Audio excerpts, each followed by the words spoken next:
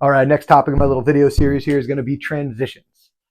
It's one of my favorite topics simply because once you learn to shoot your gun, this is how you then apply what you know to performance, right? Whether it's competition over multiple targets or you're in a defensive or SWAT military application where generally you're never stationary, neither is your adversary. You want to be able to move the gun around very dependably, very efficiently, and subconsciously, right? So I have two videos preceding this on grip and foundation. Once you have your grip set, once you have your good foundation set, that is going to be the secret to a better transition, right? So the easiest way to look at this is pretty much a three-step process. It's simple, not easy. I just want to be able to call my shot on the target that I'm on, simply spot the next target, and drive my whole unit there without breaking my foundation, right? Step one, call your shot, deserves its own 20-minute video. Tim Herron does it beautifully. Steve Anderson does it beautifully. Tom Castro does it beautifully. They all do it their own way. It is up to you to decide which way works for you. Calling shots just simply means that I can depend on, basically I could trust my shot to a high degree of accuracy. I know to a high degree of accuracy that shot went where I wanted it and it's time to do the next thing. Once you've learned to call your shot, now it's time to actually get the eyes moving, right? So when I say eyes simply because I don't want you telescoping through the gun. I want you leading the gun as much as humanly possible. But that doesn't mean I'm going to 1, 2. I'm going to think about as soon as I call the shot, my eyes begin to lead and my foundation has the job of catching up to what's going on there without breaking the structure, right? So I want to talk about that a little bit because what I notice in transitions in basically the bad side of transitions, I see people who could shoot lights out and then they go and they swing their gun across and they've broken that foundation that they were shooting with. They were shooting so well because their foundation was great. Now they swing the gun over here. I call it snaking the gun. They snake the gun around. They try to snake the gun to the next target. And now all of a sudden, this doesn't look like a very successful place to shoot from. But if I just instead learn to lead and push this whole gun here with my entire foundation behind it, well, suddenly, hey, transitions become more efficient. They become a lot more dependable. They could become subconscious because I'm not looking for the dot so much. You've ever overrun the target and seen that wobble? Or if you've ever gotten to the target and the dot hasn't shown up, even worse, this is probably what's going on. You're probably looking at your next target, throwing the gun there with your arms, throwing it there with your shoulders, rather than throwing it there with your hips, right? So I say that in a very specific way. I'm not actually doing like a hip toss, but I want to think my good foundation that we built was for a very specific reason. It's to take the tension out of my hands, out of my shoulders. Take the tension out of my hands, out of my shoulders, and place it where? In my lats, in my core, in my midsection, right? This, well, beyond being a better way to shoot the gun and an easier way to track the gun, it leads to better transitions because now I could leave this whole unit set, spot my next spot, and push the whole unit there using what I like to think my core and my hips. So my martial artists or some of my athletes out there will understand what I mean by this. If you've ever learned to throw a punch or a kick, you don't just stand there, throw your arms, right? You use your body, you use your whole core. You want to coil and uncoil. Same thing with the kick. Well, jiu-jitsu is getting very popular now. All my judo guys will understand this.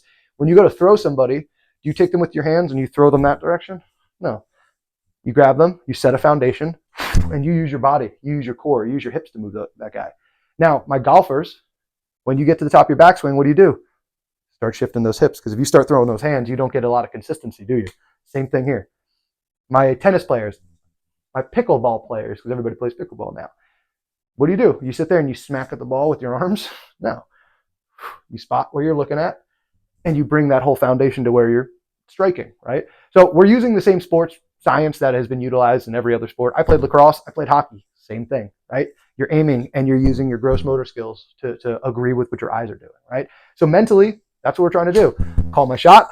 The moment my shot is called, move my eyes, bring my gun right behind it. So foundationally. Now, physically, that's what I was just describing. How do I do it physically? Well, I want to think that once I've spotted where I'm going with my eyes, once I decide to go that direction, I am pushing with what I would imagine like a big beam of light out of my belly. If I had a laser pointer, I want to think about looking here and bringing my entire gun and that beam of light, snap it to that next spot. Now, stand there inside. You don't even need to have a gun. I want you to think about, how do I push my belly button that direction? Now, if I'm all loosey-goosey, it's kind of weird. I feel all disconnected. I feel like a slinky. But if I tighten up, it's very easy to just kind of push that whole energy across. Now, just point. Isn't that pretty simple? Now, if I throw a gun involved, oh, wow, I do know how to do this. I just needed to remind myself, right? So that's my little transition talk here. Physically, very simple. Mentally, very simple. Simple isn't easy is the problem here. When we add pressure, time, accuracy, people watching, we tend to get tense, and tension is where the foundation falls apart. We start adding extra stress, extra pressure, and we no longer are thinking about efficiency. I want you to simply think, go out to the range, set 2 targets up, 5 yards apart, 5 yards out, and I want you to throw your hands to them and see how quickly you can transition and how accurately you can transition. What's the consistency look like? And then I want you to do the same drill by throwing your belly. Throw your belly, throw your belly, throw your hips, throw your core, whatever works for you, right? I want you to try it, see what works better, see what works more consistently. That's all I'm ever up to, right? I don't like opinions. I like hit factor. I like times, right? So this is what's worked for me. Why do I focus on this so hard? Shoot Glock. I don't shoot fancy race guns. I shoot a mostly stock Glock with a Timney trigger in it. The reason I've learned to do this is I don't have a lot of juice I could squeeze out of this gun, let's call it, right? I'm not going to focus on trying to squeeze this and be the fastest trigger puller and the fastest doubler out there. What I'm going to focus on is the moment I can think of calling shot, I'm going to be the fastest guy to the next target. I'm going to be to the next target sooner than my opponent. If I'm there sooner, sooner is faster, right? That's one of those big things that I like to coach. I try to get to the next spot sooner. So instead of trying to add tension, squeeze, push, do whatever, set a foundation, eyes gun, eyes gun, eyes gun. So take it for what it's worth.